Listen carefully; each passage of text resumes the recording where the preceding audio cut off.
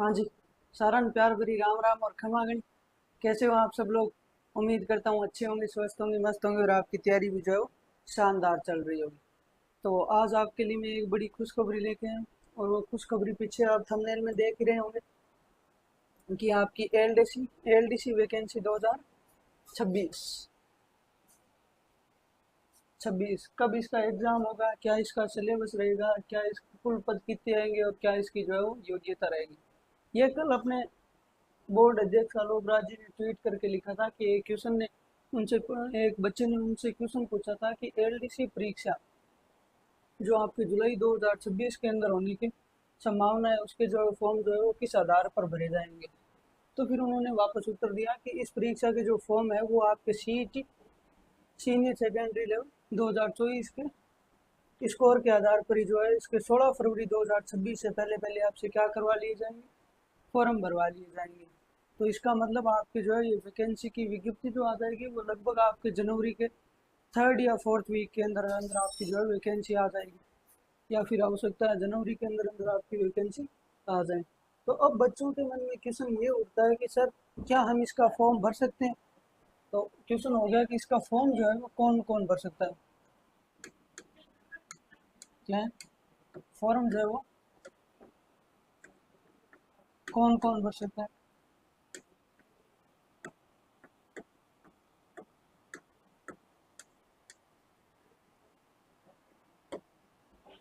अब बात आती है कि क्या हम इसके फॉर्म भरने के लिए एलिजिबल हैं या नहीं। तो देखो, सबसे पहले दो तीन चीज़ें अगर आप इन क्राइटेरिया को पार करते हो तो फिर जो है वो इसके फॉर्म जो है आपके भरने के लिए आप एलिजिबल हो, अन्यथा नहीं हो। सबसे पहला तो ये है कि आपकी ट्वेल्थ क्या होनी चाहिए, पास होनी चाहिए। ट्वेल्थ क्या होनी चाहिए, आपकी पास होनी चाहिए। दूसरा क्राइटेरिया क्या है, दूसरा ये है कि आपके पास में एक कंप्यूटर कोर्स होना चाहिए।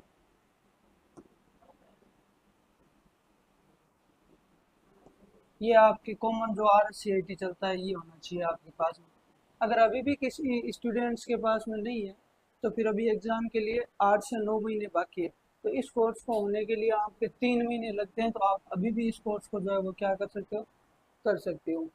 तीसरा क्वेश्चन क्राइटेरिया ये है कि अगर आपकी सीट ट्वेल्थ लेवल से 2024 के अंदर हुई थी,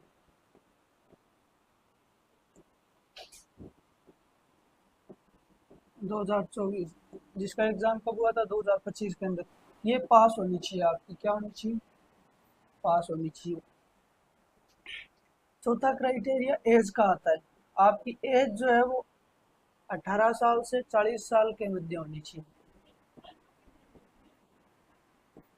अब देखो, अगर ये आपके क्राइटेरिया आप पार कर रहे हो तो फिर आप इस वैकेंसी के लिए एलिजिबल हो, अन्यथा नहीं हो।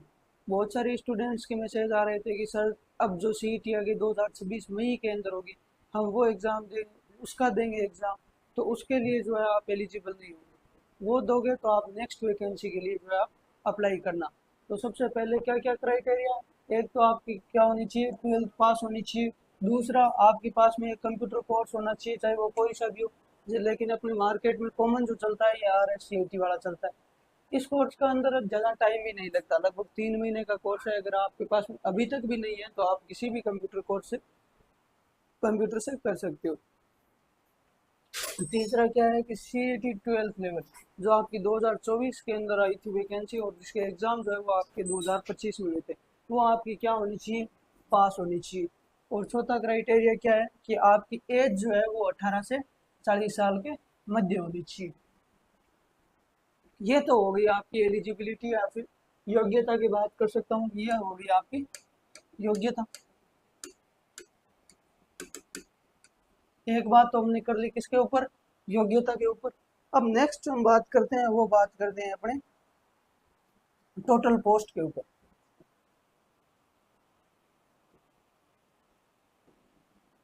आपकी टोटल लगभग पोस्टें कितनी आएगी। देखो, पिछले साल अगर पोस्टें आई थी तो समथिंग 4300 के समथिंग जो है आपकी कुछ पोस्टें थी। इस बार भी आप मान के चलो कि लगभग 4000 के राउंडिंग आपकी क्या आएगी, लगभग 4000 के अराउंड क्या आएगी आपकी पोस्ट आएगी। या तो इससे 500 ज़्यादा आ सकती है या फिर इससे 500 कम आ सकती है, आप प्लस माइनस 500 कर सकते हो इसके। ठीक है, अब ये तो हो गई पोस्ट की बात। अब बात आती है कि सर इसका एग्ज़ाम कब होगा, एग्ज़ाम डेट की बात कर लेते हैं।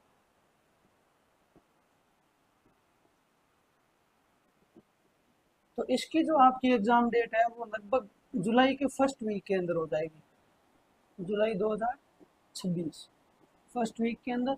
और आपके पास में जो है वो काफ़ी सारा टाइम है, लगभग 8-9 महीने का टाइम है। अगर कोई बंदा आज से भी तैयारी स्टार्ट करे ना इसकी, तो फिर वो जो है आराम से जो है वो इसके अंदर एलडीसी के अंदर सिलेक्शन ले सकता है। कितने महीने हैं आपके पास में, लगभग 8 से 9 महीने।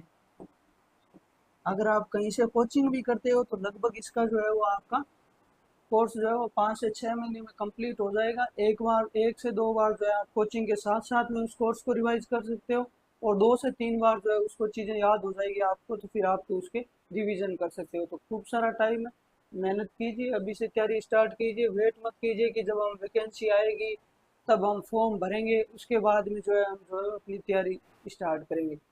तो देखो, युद्ध से पहले रणनीति तैयार होती है ना। अचानक आक्रमण होने के बाद में आप रणनीति तैयार करोगे तो आपकी पक्का है कि आप जो है हारोगे। आपको युद्ध की रणनीति पहले तैयार करनी होगी, फिर जो है आपको युद्ध के अंदर उतरना होगा। तो मैं तो कहता हूँ आज से ही जो है वो आप अपनी तैयारी स्टार्ट कर दीजिए। और काफ़ी सारा टाइम है, लगभग 8 से 9 महीने है, तो फिर आपका जो है वो आराम से इसके अंदर सिलेक्शन भी हो जाएगा। ये तो हो गई। अब बात आती है एग्जाम पैटर्न की। किसकी? Exam pattern. इसका एग्जाम पैटर्न क्या है? तो देखो, इसका जो एग्जाम होगा वो आपके 2 फेज के अंदर होगा। कितने चरणों में होगा? 2 चरणों में। एक तो होगा आपका चरण फर्स्ट, और एक जो होगा वो होगा आपका चरण सेकंड।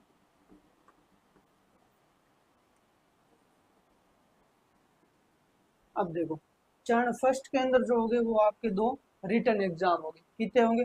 2 पेपर होंगे। एक पेपर फर्स्ट, जो आपके उसके अंदर टोटल क्वेश्चन जो आएंगे वो 150 क्वेश्चन आएंगे, और टोटल जो आपके नंबर होंगे वो होंगे आपके 100 नंबर का होगा। ठीक है, इसके अंदर क्या क्या आएगा? तो आपके एक तो आएगा इसके अंदर मैथ, एक इसके अंदर आएगी आपकी साइंस, और एक जो आएगा वो आपका इसके अंदर राजस्थान जीके।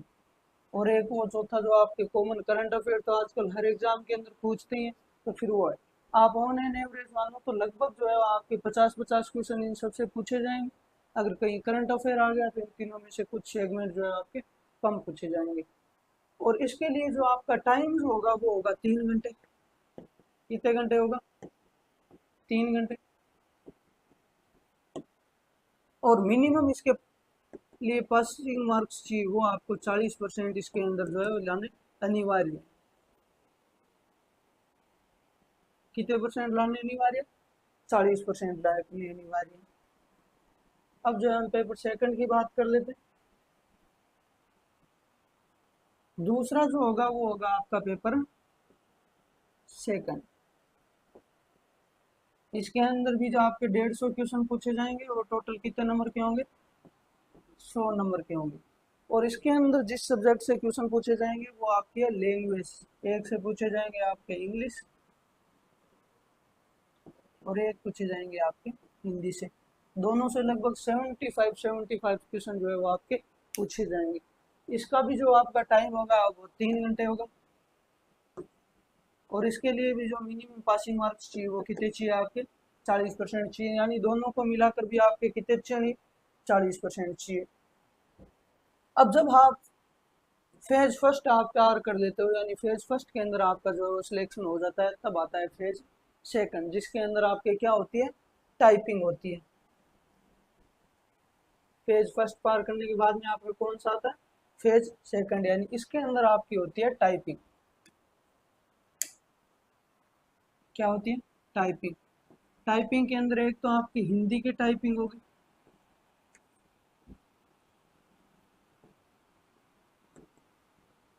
ये होगी आपकी 25 नंबर की, टोटल 100 नंबर की होती है।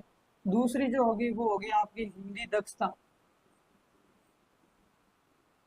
हिंदी एफिशिएंसी, ये भी होगी आपकी 25 नंबर की। एक बार जो मैं लिख लेता हूँ उसके बाद में जो है आपको समझा दूंगा कि क्या होती है हिंदी दक्षता। तीसरी जो होगी वो होगी आपकी इंग्लिश टाइपिंग,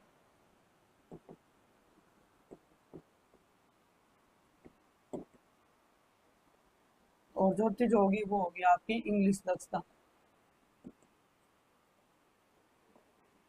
इंग्लिश एफिशिएंसी। ये भी आपके 25 नंबर की और ये भी आपके 25 नंबर की। तो इसके लिए जो आपके टोटल मार्क्स जो होंगे फेज सेकंड के, वो होंगे आपके 100, और इसके लिए जो आपके मिनिमम पासिंग मार्क्स चाहिए वो आपके चाहिए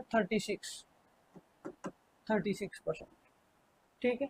और इसके लिए जो हिंदी टाइपिंग के लिए जो आपको टाइम दिया जाएगा वो दिया जाएगा आपको 10 मिनट्स, इसके अंदर भी 10 मिनट, इसमें भी 10 मिनट, और इसमें भी आपके जो है 10 मिनट।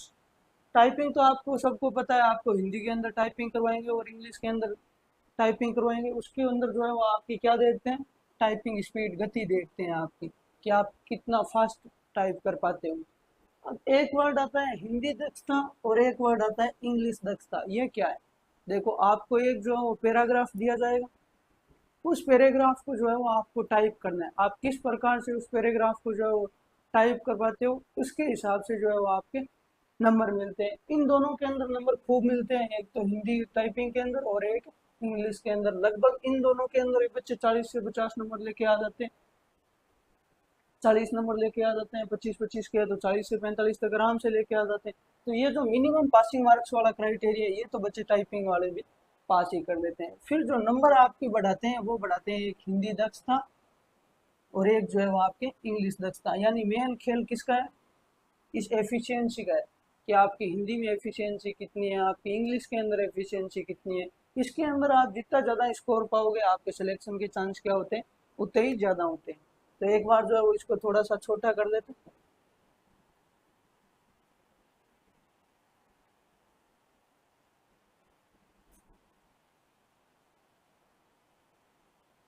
तो ये है भाई साहब आपका एग्जाम पैटर्न। कितने चरणों में होगा आपका एग्जाम, 2 चरणों में।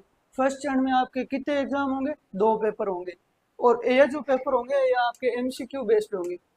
क्या होंगे आपके, एमसीक्यू बेस्ड होंगे, 150 क्वेश्चन आएंगे, और टोटल जो मार्क्स होंगे वो होंगे आपके 100 नंबर। फर्स्ट के अंदर क्या होगा, मैथ आएगी, साइंस आएगी, राजस्थान जीके आएगी, और एक आएगी आपकी करंट अफेयर। पेपर सेकंड जो पेपर है उसके अंदर भी 150 क्वेश्चन और 100 नंबर। ये जो पेपर है आपका ये लैंग्वेज का पेपर है, इसके अंदर हिंदी और इंग्लिश से क्या आएंगे, 75-75 क्वेश्चन जो है वो आपके आएंगे। इसके अंदर जो आपको टाइम जो मिलेगा वो 3 घंटे मिलेगा, और मिनिमम पासिंग मार्क्स जो चाहिए वो चाहिए आपको 40%। जब आप ये रिटर्न एग्जाम क्वालिफाई कर लेते हो तब आपको जो है वो फेज सेकंड के अंदर बुलाया जाता है, यानी टाइपिंग के लिए बुलाया जाता है, जिसमें आपकी फर्स्ट जो होती है वो हिंदी की टाइपिंग होती है, उसके वो 25 नंबर की होती है, और उसके जो अंदर आपका टाइम जो होता है वो होता है 10 मिनट। दूसरे जो है वो आपकी हिंदी दक्षता होती है, हिंदी दक्षता भी जो कितने नंबर की होती है, 25 नंबर की, और तो जो समय आपको दिया जाता है वो कितना दिया जाता है, 10 मिनट। इंग्लिश टाइपिंग भी आपकी 25 नंबर की, और ये जो है कितने मिनट भी कितने, 10। इंग्लिश दक्षता भी जो है वो आपको 25 नंबर की होगी, और मिनट जो दिए जाएंगे वो आपको दिए जाएंगे, यानी टोटल आपके जो है वो 40 मिनट का होगा। समय जो आपको दिया जाएगा वो टोटल 40 मिनट दिए जाएंगे। टोटल मार्क्स जो होंगे वो आपके 100 होंगे, और मिनिमम जो आपको पासिंग मार्क्स चाहिए वो कितने चाहिए, 36%, यानी 36 नंबर आपको जो है वो पास होने के लिए चाहिए। मैं फिर कहता हूँ आप जो है इन दोनों पर ज़्यादा काम कीजिए, हिंदी दक्षता और इंग्लिश दक्षता, क्योंकि सिलेक्शन के लिए मेजर रोल निभाते हैं वो यही निभाते हैं। क्योंकि हिंदी टाइपिंग और इंग्लिश टाइपिंग के अंदर लगभग सारे स्टूडेंट्स के जो है वो 40+ क्वेश्चन आराम नंबर आराम से आ जाते हैं। तो आप जो है इन दोनों चीज़ों को ध्यान में रखेंगे। अब जो हम बात करते हैं वो बात करते हैं इसकी सिलेबस की, इसके अंदर सिलेबस क्या क्या है। तो देखो, सबसे पहले पेपर के अंदर मैंने बताया सामान्य ज्ञान है, क्या है, सामान्य ज्ञान है, दैनिक विज्ञान है, और आपके क्या है, मैथ है। तो देखो सबसे पहले आपके सामान्य ज्ञान में क्या है, समसामयिक मामले, जैसे कौन से, राष्ट्रीय प्रादेशिक स्तर की प्रमुख घटनाएं या मुद्दे तथा संबंधित संगठन एवं संस्थाएं, यानी आपका जो है वो नेशनल करंट अफेयर है।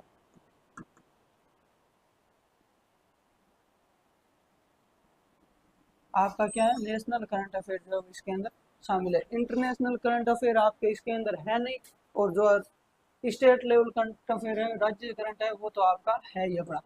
तो इसके अंदर ये तो जो है वो दो चीजें आपके शामिल है।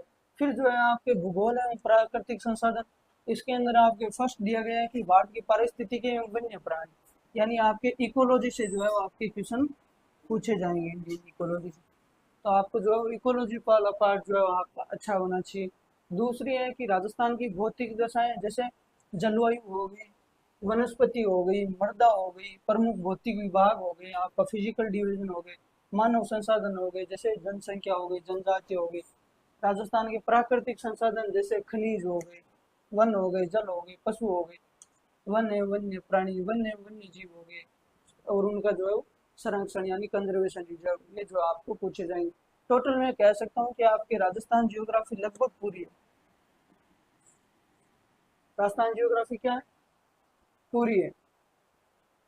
ठीक है, उसके बाद में जो अगला जो टॉपिक आता है वो आता है आपके राज्य में कृषि एवं आर्थिक विकास। कौन सा विकास, कृषि एवं आर्थिक विकास। जैसे राजस्थान की प्रमुख फसलें, कृषि आधारित उद्योग, प्रमुख सिंचाई परियोजनाएं, मरुभूमि के विकास संबंधी परियोजनाएं, हस्त उद्योग, विभिन्न आर्थिक योजनाएं, कार्यक्रम में विकास की संस्थाएं, इनमें पंचायती राज और उनकी भूमिका। तो मैं कह सकता हूँ ये जो आपके है इकोनॉमिक सर्वे वाला पार्ट, इसके अंदर क्या है, ज़्यादा है। यानी आपको जो है इकोनॉमी पढ़नी पड़ेगी, वो भी कहाँ की, अपनी राजस्थान की। ठीक है, अगला जो सेगमेंट आता है वो आता है अपने वाला सेगमेंट, जिसे हिस्ट्री और कल्चर।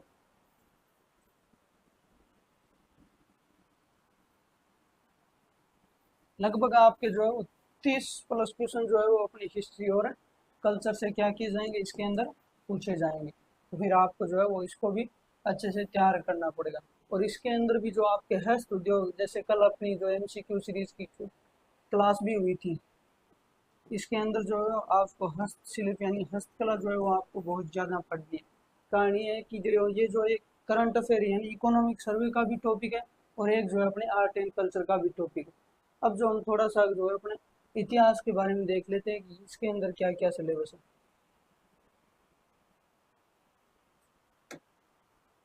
तो देखो, राजस्थान का इतिहास एवं संस्कृति, इसके अंदर पहला टॉपिक जो है वो है आपका मध्यकालीन इतिहास। मध्यकालीन इतिहास के अंदर आपके टोटल जो है वो 8 राजवंश है। 6 तो मेजर है और 2-3 माइनर है, जैसे भील हो गई, राठौड़ हो गई, कछावा हो गई, चौहान हो गया, परमार हो गए, प्रतिहार हो गए, और फिर जो आपका जाट राजवंश हो गया, फिर जो आपका यदु राजवंश हो गया, और इसकी जो है वो आपकी 2 ब्रांच, एक तो बाटी जो के अपने कहाँ पर थे, जैसलमेर के अंदर, और दूसरी जो आपकी वो होगी आपकी जादौन, जो अपने कहाँ पर थी, करौली। तो ये हो गया आपका भाई मध्यकालीन राजस्थान का इतिहास, जिसके अंदर जो अपनी थ्योरी क्लासेस चली रही है हम यहीं पर कवर कर देंगे इसको। दूसरा कौन सा है, स्वतंत्रता आंदोलन एवं राजनीतिक चेतना। इसके अंदर वो अगला टॉपिक कौन सा है, राजनीतिक पुनर्गठन।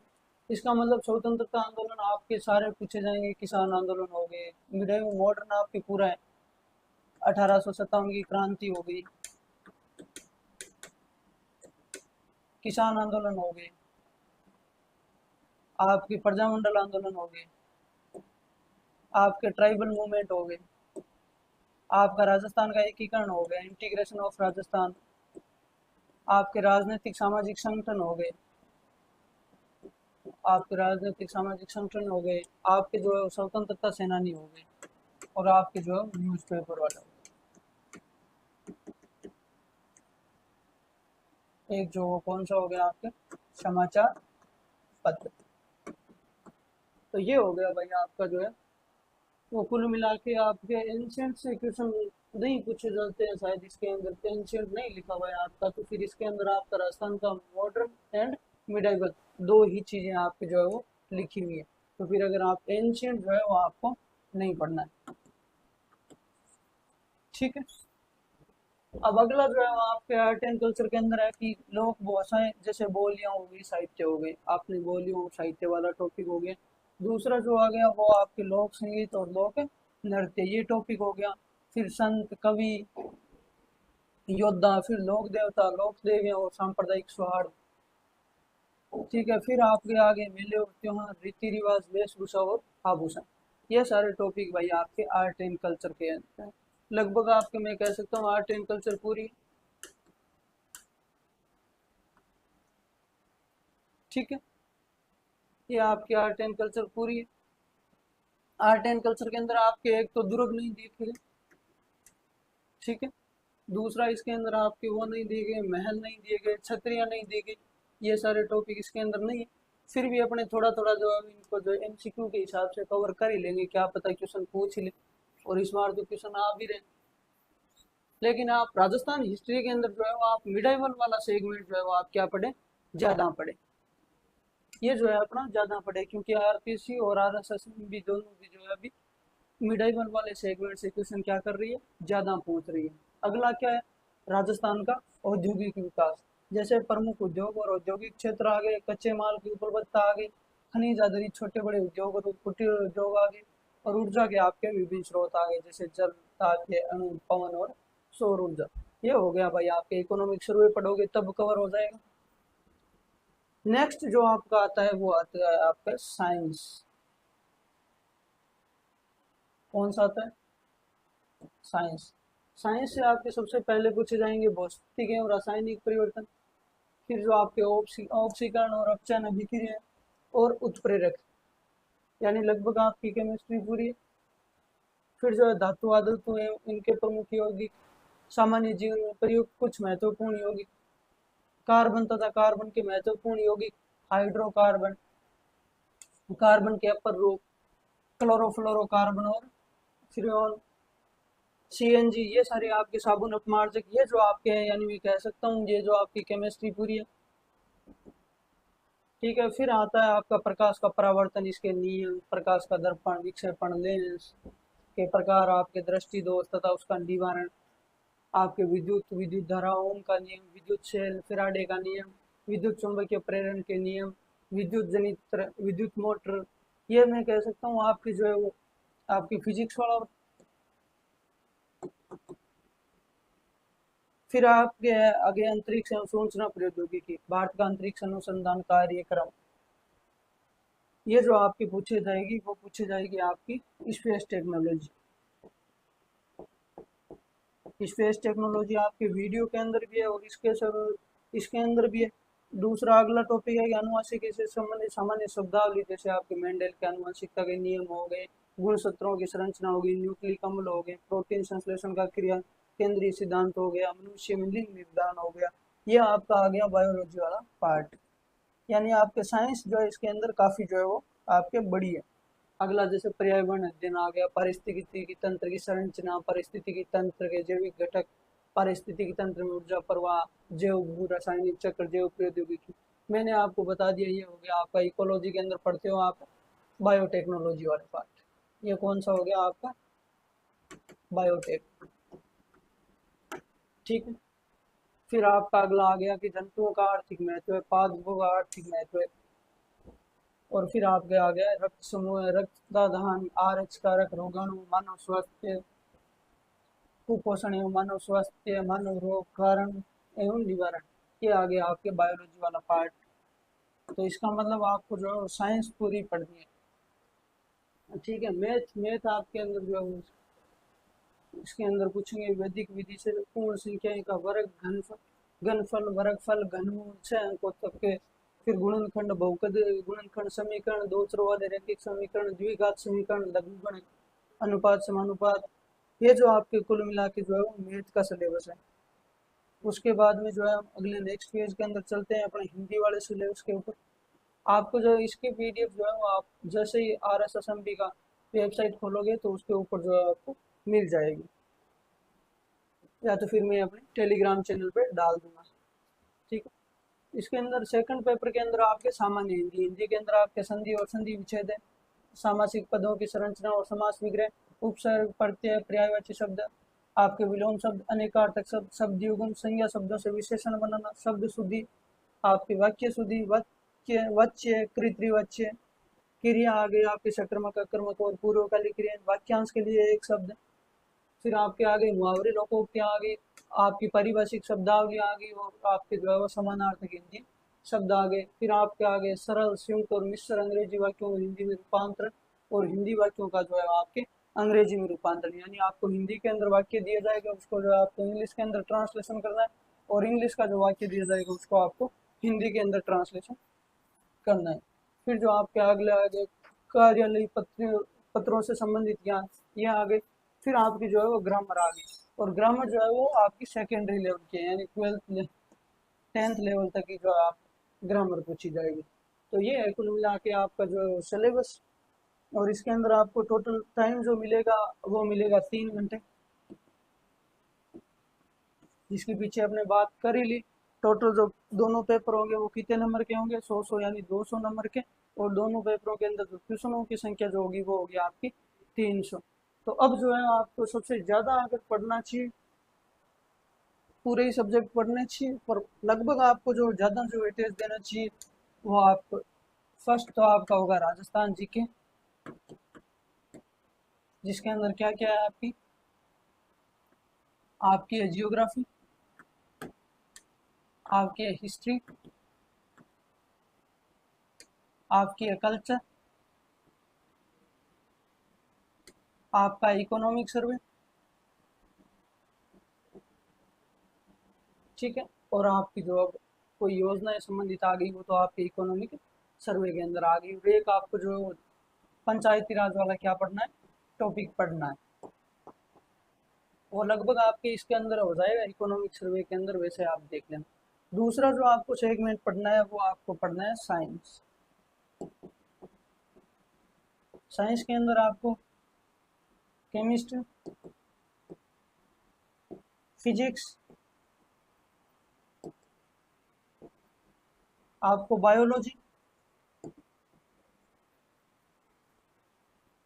और फिर आपको जो है वो टेक के अंदर दो पढ़ने, एक तो आपको पढ़नी स्पेस टेक्नोलॉजी और एक जो आपको पढ़नी है वो पढ़नी है आपको बायोटेक, ठीक है।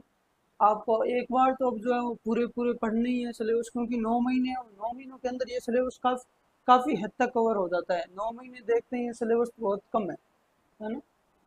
अगला जो टॉपिक है वो आपके क्या है, मैथ। मैथ के अंदर आप देख ही लेना, वो टॉपिक आप कर लेना मैथ भी।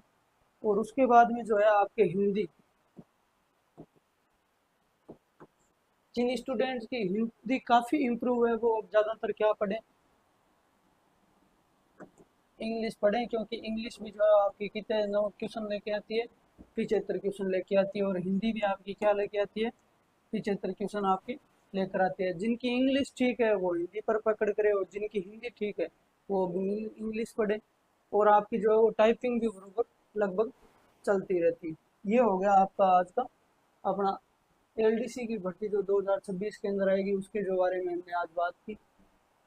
अगर कैसी लगी आपको जानकारी, अगर अच्छी लगी हो तो वीडियो को लाइक शेयर एंड चैनल को सब्सक्राइब जरूर करें।